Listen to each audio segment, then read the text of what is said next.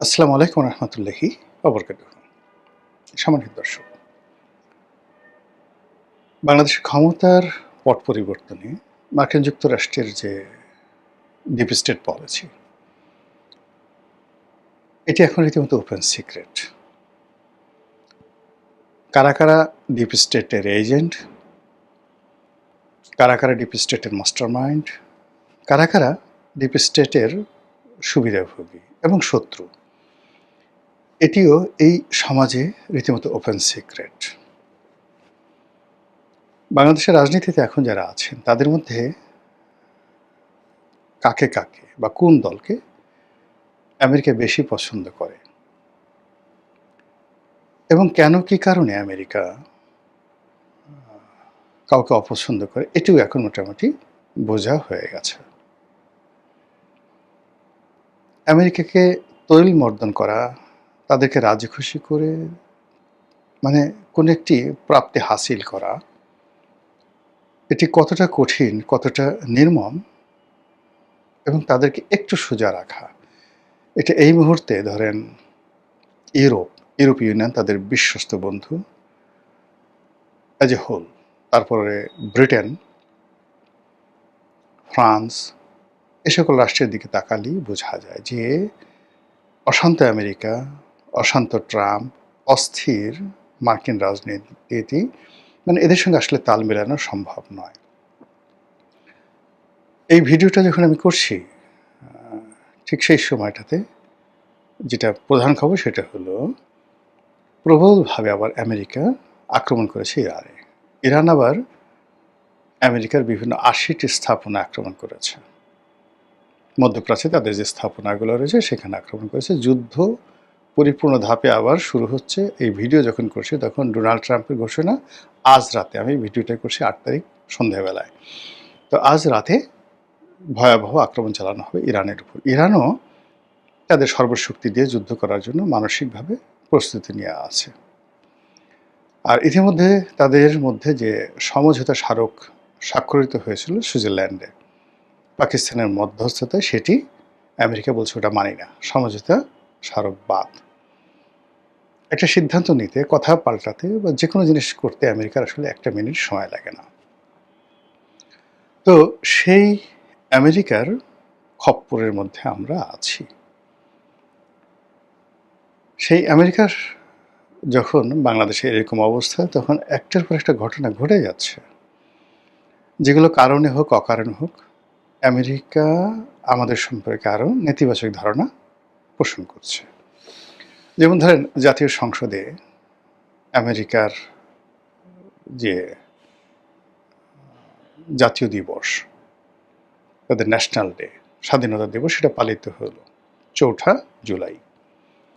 America আশা করেছিল যে এটা পুরো জাতি মেনে নেবে, সবাই এটাতে ধন্যবাদ জানাবে, কিন্তু পুরো জাতি ক্ষেপে উঠেছে। সরকারের জন্য খুবই বিব্রতকর একটা পরিস্থিতি তৈরি হয়েছে এবং এখন মার্কিন যুক্তরাষ্ট্রের যে রাষ্ট্রদূত রয়েছে ব্রেন্ট ক্রিস্টেনসেন, তিনি এতটা অজনপ্রিয় হয়ে পড়েছেন যে তার সঙ্গে কারো ছবি দেখলে, কারোর সঙ্গে খাতির হলে বা তিনি কারো বাসায় গেলে বা মানে কোনো মন্ত্রী এমপি তার সঙ্গে গেলে আলটিমেটলি সেই লোকটি ট্রলের শিকার হচ্ছে। একটা সময় আমেরিকার সঙ্গে একটু সম্পর্ক থাকলে, খাতির থাকলে প্রশাসন থেকে শুরু করে সব জায়গাতেই মানুষজন একটু পাত্তা দিত। এখন ধরে ধরে ধরে ধরে আমেরিকার সঙ্গে যাদের সম্পর্ক রয়েছে তাদেরকে জাতীয় বেঈমান, জাতীয় দালাল, মির্জাফর, মোনাফেক, বেঈমান, বাস্টার্ড, এ সকল গালাগালি মানুষ করছে। এবং আর কদিন পরে আপনি দেখতে পারবেন যে আমেরিকার যে সমস্ত চিহ্নিত লোকজন আছে তারা কোনো অবস্থাতেই বডিগার্ড ছাড়া এই শহরে একাকী হাঁটতে পারবেন না। জনগণ তাদেরকে লাঞ্ছিত, অপমানিত করবে এবং এই জিনিসগুলো যখনই হচ্ছে তখন আমেরিকা আরও বেপরোয়া হয়ে যাবে এবং তারা সব দোষ ক্ষমতাধর যারা লোকজন আছে তাদের উপর চাপাবে যে তোমাদের কারণে আজ আমাদের এই অবস্থা, তোমরা ঠিকমতো আসলে আমাদেরকে হ্যান্ডেল করতে পারোনি।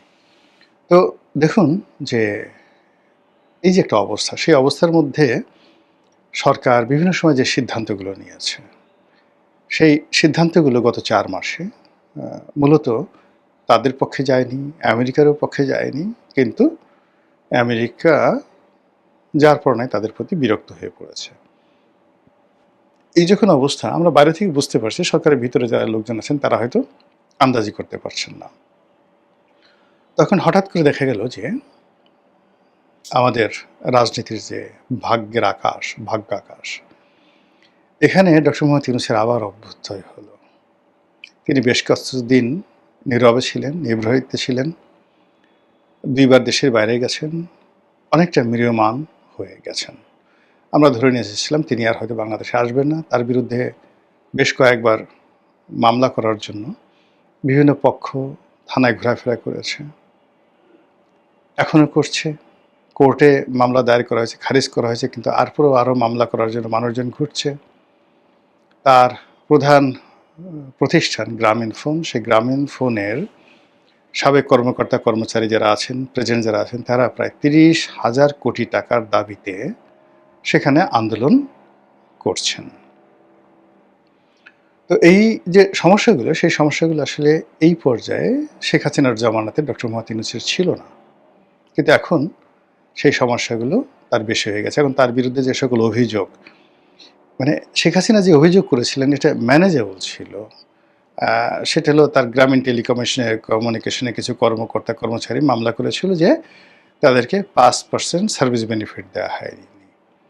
এটা তিনি ২৪০ কোটি টাকা বা এরকম কিছু একটা টাকা দিয়ে নেগোসিয়েশন করার চেষ্টা করেছিলেন। হয়তো এটা আরও একটু বেশি দিলে আরও হয়ে যেত সামহাও। বা শেখ হাসিনা তার বিরুদ্ধে যে মামলাগুলো দিয়েছিলেন এতে তার কিছুই হতো না।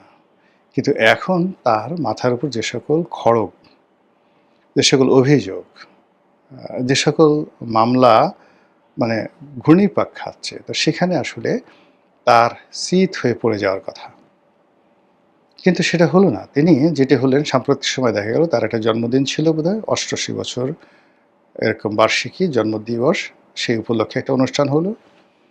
সেই অনুষ্ঠানে তিনি নাচলেন, সবার সঙ্গে নাচলেন, এবং সেই অনুষ্ঠানে তার যারা সহযোগী ছিলেন, এনসিপি যারা নেতৃবৃন্দ, তাদেরকে তিনি নাটকীয়ভাবে দাওয়াত করলেন, পরিচয় করে দিলেন ভিন্ন ভিন্নভাবে। আসিফ মোহাম্মদ সজীব ভুঁইয়াকে ভিন্নভাবে উপস্থাপন করলেন, নাহিদ ইসলামকে আলাদাভাবে এনলাইটেন করলেন, হাইলাইট করলেন। এই সব মিলিয়ে তার যে এই নাচানাচি, এটি জনাব তারেক রহমান সাহেবের জন্য অশনীয় সংকেত। লিখে রাখেন। প্রথমত আমরা সবাই জানি যে ডক্টর মোহাম্মদ ইউনূসের সঙ্গে লন্ডনে একটা ভালো বৈঠক হয়েছিল। তারপর আমরা অনুমান করেছিলাম যে সেই বৈঠকে একটা সমঝোতা হয়েছিল। সেই সমঝোতা কি কি হতে পারে? সেই সমঝোতা হতে পারে এনসিপিকে রাজনীতিতে পুনর্বাসন করা, ডক্টর মোহাম্মদ ইউনূসকে প্রেসিডেন্ট বানানো, জুলাই সনদ বাস্তবায়ন করা, ইত্যাদি ইত্যাদি আরও অনেক কিছু। তো সেগুলো হলে হয়তো এনসিপি, ডক্টর ইউনূস, আমেরিকা, তাদের সঙ্গে যে একটা ভারসাম্যপূর্ণ সম্পর্ক সেটি সরকারে থাকতো, কিন্তু তারেক রহমান সাহেব এবং বিএনপির কোনো ক্ষমতা থাকতো না। এবং এখন এই জিনিসগুলোতে মান্য করা হয়, মানে বাংলাদেশে সবাই আবার ডক্টর মোহাম্মদ ইউনূসমুখী হবে। আমাদের দেশে ক্ষমতা যার হাতে তার পিছনে মানুষজন ঘুরে, তখন বিএনপি ছেড়ে মানুষজন জামাতের পিছিয়ে ঘুরবে, এনসিপির পিছিয়ে ঘুরবে, ডক্টর মোহাম্মদ ইউনূসের পিছিয়ে ঘুরবে, এবং তারেক রহমান সাহেবের বাসায় কেউ যাবে না। সব ডক্টর মোহাম্মদ ইউনূস যদি প্রেসিডেন্ট হন, সবাই তখন প্রেসিডেন্ট ভবনে, মানে বঙ্গভবনে গিয়ে ভিড় করবেন। এটা হলো স্বাভাবিক। এটা তো বিএনপি বুঝে। একটা সাধারণ তেলাপোকা যদি বুঝে, বিএনপি কেন বুঝবে না? ফলে কি হলো, এই মূল যে বেসিক এবং ফান্ডামেন্টাল যে জায়গাগুলো, সেই জায়গাগুলোতে বিএনপির সঙ্গে, আমেরিকার সঙ্গে, তারপর জামাতের সঙ্গে, এনসিপির সঙ্গে এবং ডক্টর মোহাম্মদ ইউনূসের সঙ্গে একটা ফাটল তৈরি হয়েছে, দূরত্ব তৈরি হয়েছে। যেহেতু বিএনপি ক্ষমতায় আছে এবং তার একটা বিরাট সংগঠন রয়েছে, সেই সংগঠনের কারণে এই বিষয়গুলো টের পাওয়া যাচ্ছে না, কিন্তু চক্রান্ত চলছে সর্বোচ্চ লেভেলের। আর তারই ধারাবাহিকতায় যেটা বললাম যে অনেকগুলো সমস্যা থাকা সত্ত্বেও doctor Mohammad Yunus could jump, could dance at the age of 88 years. 88 বছর বয়সে তিনি লম্ফ দিতে পারেন, জম্প দিতে পারেন, এবং তিনি হাসতে পারেন এবং নাচতে পারেন। এই যে তিনি নাচলেন, তার আগে তার যে সোশ্যাল বিজনেস, এই সোশ্যাল বিজনেসের একটা সম্মেলন করেছেন, এবং সেখান থেকে উনি এই ধরনের সম্মেলন যখনই করেন, মিডিয়া আছে, প্রথম আলো আছে, বিদেশের সাদা চামড়ার কিছু লোকজন আছে, তাদেরকে নিয়ে তাদের লোকাল কিছু লোকজন আছে, এইভাবে 100, 150, 200 লোক মানে নিয়ে সে প্রতি বছর একটা সোশ্যাল বিজনেস সামিট করে। এই বছর সেটা করেছে। করার পরেই আবার তার জন্মদিবস পালিত হলো, মানে সব প্ল্যান করে আবার সেই জন্মদিবসে এনসিপিকে ডাকা হলো। এবং এই যখন ঘটনা ঘটছে তখন যেটা হলো, আমেরিকা বেঁকে বসছে। আপনি দেখেন যে আমাদের রাজনৈতিক যারা নেতৃবৃন্দ রয়েছে, জামাতের লোক গেল, তারপর অন্যান্য যে সকল ইসলামপন্থী লোকজন আছেন, এনসিপির লোকজন আছেন, স্পিকার আছে, তারা সবাই মিলে ইরান গেলেন। অথচ ইরান যখন চেয়েছিল যে তাদের নেতা আয়াতুল্লাহ আলী খামেনি মারা গেলেন, শোক বইতে একটা স্বাক্ষর করবে, এই স্বাক্ষর করার লোক বাংলাদেশে তারা খুঁজে পাচ্ছিল না, এবং এই অভিমানে ইরান বাংলাদেশের একটা জাহাজকে আটকে রেখেছিল পুরোটা সময়। তো সেই ইরান মানে সরকারের যারা লোকজন তারা মনে করেছে ইরান একেবারে পার্মানেন্টলি জিতে গেছে, কাজেই তারা ইরানের সাথে খাতির করার জন্য দৌড় দিল সবাই। ফিরে আসতে না আসতেই ইরান আক্রমণ করে বসছে আমেরিকা। ভাগ্য ভালো যে বাংলাদেশে যারা লোকজন আছে তারা চলে আসছে, যদি তারা ওখানে আরও কয়েকদিন থাকতেন, সে ইরানি বাগান, ইরানি খুশবু, গোলাপের স্বাদ নিতেন। এই যে এখন যেভাবে আক্রমণ করছে, তাদের ওখানে আটকে থাকতে হতো, এবং এক একজনের দেখতেন যে ওরে বাবা গো, ওরে মা গো, কান্নাকাটি কাকে বলে, তাদের কান্না দেখলে আপনাদের চোখের পানি রাখতে পারতেন না। তো এই যে তারা গেল, এটা আমেরিকা ভালোভাবে নেয়নি, কোনোভাবে ভালোভাবে নেয়নি। ফলে কি হচ্ছে, আমেরিকা আবার চিন্তা করছে যে ডক্টর মোহাম্মদ ইউনূস এতো ভালো ছিল, ভালো ছিল, এবং যেভাবে সে তাদের জন্য ঝুঁকি নিয়ে একটা চুক্তি করে ফেলেছে, যেভাবে বিএনপির মতো একটা দলের হাতে ক্ষমতা দিয়ে, এই যে এখন বিএনপির কোনো কারণে যদি ক্ষমতাচ্যুত হয়, সারা বাংলাদেশে যেভাবে চাঁদাবাজি বেড়ে গেছে, যেভাবে অর্থনৈতিক দুরবস্থা দেখা দিয়েছে, বিএনপির ইমেজ যেভাবে ক্ষুণ্ণ হয়েছে, সেক্ষেত্রে বিএনপির কোনো দুঃসময় একটা উফ শব্দ করার মতো বাংলাদেশে কোনো লোক নেই। এই জাস্ট 4 মাসে যে ঘটনা ঘটছে, মানে আগের 2 বছরে তো 1.5 বছরে তো ঘটছে, কিন্তু 4 মাসে আগের ইউনূস জামানাতে বলা হতো যে যেহেতু বিএনপির ক্ষমতায় নেই, তারা তার দলীয় নেতাকর্মীদেরকে নিয়ন্ত্রণ করতে পারছে না, তাদের হাতে রাষ্ট্র ক্ষমতা নাই, সেনাবাহিনী সহযোগিতা করছে না, ইউনূস সাহেব সহযোগিতা করছে না, জামাত এখানে কৌশল করছে যেন বিএনপি পৌঁছে যায়। কিন্তু এখন কি বলবে বিএনপি গত 4 মাসে? এখন যে সকল অপরাধ হচ্ছে, সে সকল অপরাধের কোনো বাপ মা নাই। ইউনূস জামানাতে এই সকল অপরাধ ঘটেনি। মব কাকে বলে? ফলে কি হলো, এই কাজগুলোর সঙ্গে যে পশ্চিমাদের একটা চক্রান্ত নেই, গ্রিন সিগন্যাল নেই, এটা কিন্তু বলা যাচ্ছে না।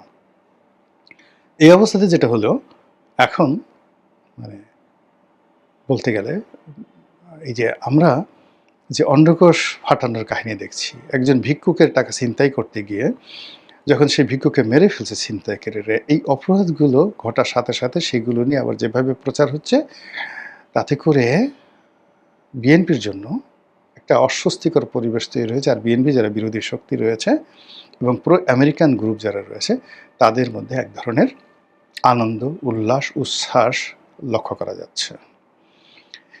এবং ঘুরে ফিরে সেই আগের জামাত, এনসিপি, ইউনূস, এই যে একটা সিন্ডিকেট বা একটা চক্র, এই চক্রটির প্রতি যে আমেরিকা তাদের যে নতুন নেক দৃষ্টি দিচ্ছে না, তার কোনো নিশ্চয়তা নেই। অনেকে হয়তো বলতে পারেন, তাহলে ইউনূস সাহেব এই ক্ষমতাটা ছাড়লেন কেন, আমেরিকা যদি এতই সাপোর্ট দেয়? এর কারণ হলো যে ওই সময়টিতে অনেকগুলো বিষয় ইউনূস সাহেবের জন্য অস্বস্তিকর হয়ে পড়েছিল, আমেরিকার জন্য অস্বস্তিকর হয়ে পড়েছিল। কিন্তু এখন তো আওয়ামী লীগ নেই, আওয়ামী লীগ আসার কোনো সম্ভাবনা নেই। তো সেক্ষেত্রে বিএনপির যে একটা ইমেজ ছিল, তাকে নিয়ে মানুষের যে স্বপ্ন ছিল, তারেক রহমান সাহেবকে নিয়ে, বিএনপি নামক দলটিকে নিয়ে, এটি গত 4 মাসে যে অবস্থায় আছে, এটিকে আরও 2-3 মাস যদি তারা চলতে দেয়, জুন, জুলাই, আগস্ট, সেপ্টেম্বর পর্যন্ত চলতে দেয়, আর সেপ্টেম্বর মাসের পরিবেশ পরিস্থিতি অনুযায়ী যদি আমেরিকা একটা চোখ টিপ মারে, জাস্ট একটা চোখ টিপ, আর কিচ্ছু করার দরকার নেই, সেই একটা চোখ টিপে আখি আছে গুলি মারো, সেই আখি দিয়ে গুলি মারার মতো অবস্থা তৈরি হয়ে যাবে বাংলাদেশের রাজনীতিতে, অর্থনীতিতে, সমাজ ব্যবস্থায় এবং আরও অনেক কিছুতে। সেই বিষয়গুলো সরকার কি টের পাচ্ছেন? সেই বিষয়গুলো সামাল দেওয়ার জন্য সরকারের কোনো পরিকল্পনা আছেন? নাকি ডক্টর মোহাম্মদ ইউনূস যে জন্মদিনে নাচলেন, এই গত কয়েক বছরের মধ্যে আমরা তো ডক্টর মোহাম্মদ ইউনূসের এরকম নাচ দেখিনি। তিনি যে নাচলেন এই বয়সে তো তিনি এমনি এমনি নাচেননি। নাচতে তার ইচ্ছে হয়েছে, নাচতে তার ভালো লেগেছে, নাচার মতো কারণ তৈরি হয়েছে, তার মনের মধ্যে এক ধরনের খুশবু ছড়িয়ে পড়েছে। হাওয়া হাওয়া ও হাওয়া খুশবু লুটা দে, এরকম একটা পরিবেশ তৈরি হয়েছে। নাচেতে ৮৮ বছর বয়সে কেউ নাচে না। এই নাচের সঙ্গে রাজনীতির কতটা সম্পর্ক, এটি আগস্টের শেষের দিকে এবং সেপ্টেম্বর মাসের প্রথম দিকেই আপনি আমি সবাই দেখতে পাবো। মহান আল্লাহ আমাদের সবাইকে হিদায়াত দান করেন এবং হেফাজত করেন। আসসালামু আলাইকুম রহমতুল্লাহি ওয়া বারাকাতুহু।